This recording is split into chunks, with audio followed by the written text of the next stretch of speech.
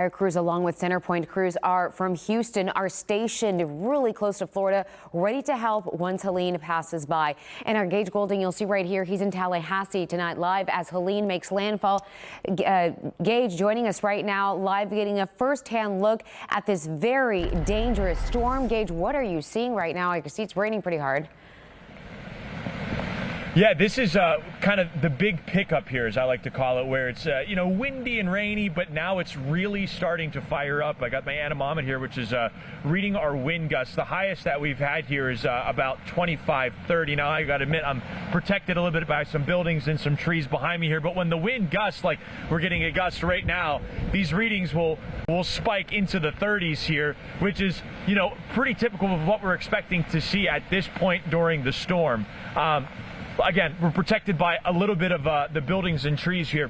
We're, just so you know, we're about 10 minutes away from the Florida state capitol here in Tallahassee, and we're about 40 miles or so from the actual coast. That's where they're going to see the worst of those impacts. If you remember during Hurricane Beryl, where we were dealing with it out in Matagorda, we saw kind of the worst of it there, whereas in Houston, it was still bad, and we are going to get it here. As you saw in some of those shots, it's coming our way, but it might be a little bit diluted. But somebody that's out on the coast, Earl Williams, you're joining us. You're here with us. You evacuated, and I'm glad you did, because you could see up to 20 feet of storm surge where you are in Carabel, Florida. But I see you got your phone in your hand here, because Earl's actually watching cameras from his home. He has a backup generator, and the Wi-Fi is still on, and you're watching your cameras intently because I'm assuming you're wondering what's going on. How is it being here but watching your whole homestead back home? Well, it's a range of emotions. I'm nervous. My stomach is in knots. But I'm glad for the technology, of course. I can see what's happening and what's not happening in this case. But turn it around. I want the people at home to see. Sure. What's incredible is we're sitting here and watching and getting some wind and rain that you're seeing. But there, you wouldn't really know that a Cat 4 is knocking on your front doorstep.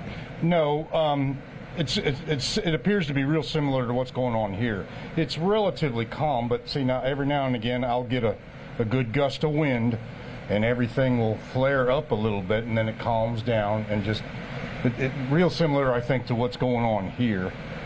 Well, Earl, we're gonna keep tabs on that throughout the night, and hopefully that remains like that, because like I said, it comes and goes in these spells where you will get those bigger gusts of winds, those bands that come through, and it produces a rainmaker. I think the biggest threat where we're seeing right now could be the potential for rain in Tallahassee. We could see some of those very destructive winds. A Category 4 is certainly nothing to shake a stick at. In this area, though, it is what's going to happen overnight. When we wake up, this could be a very different situation. We've already seen power outages in this area. We've seen power surging in this area, including at the hotel that we are at right now. So in the next couple of hours, in the overnight hours, the situation is going to change dramatically here. We're going to be here. We're going to hang out with Earl. We're going to make sure his house is okay. We're going to check on that.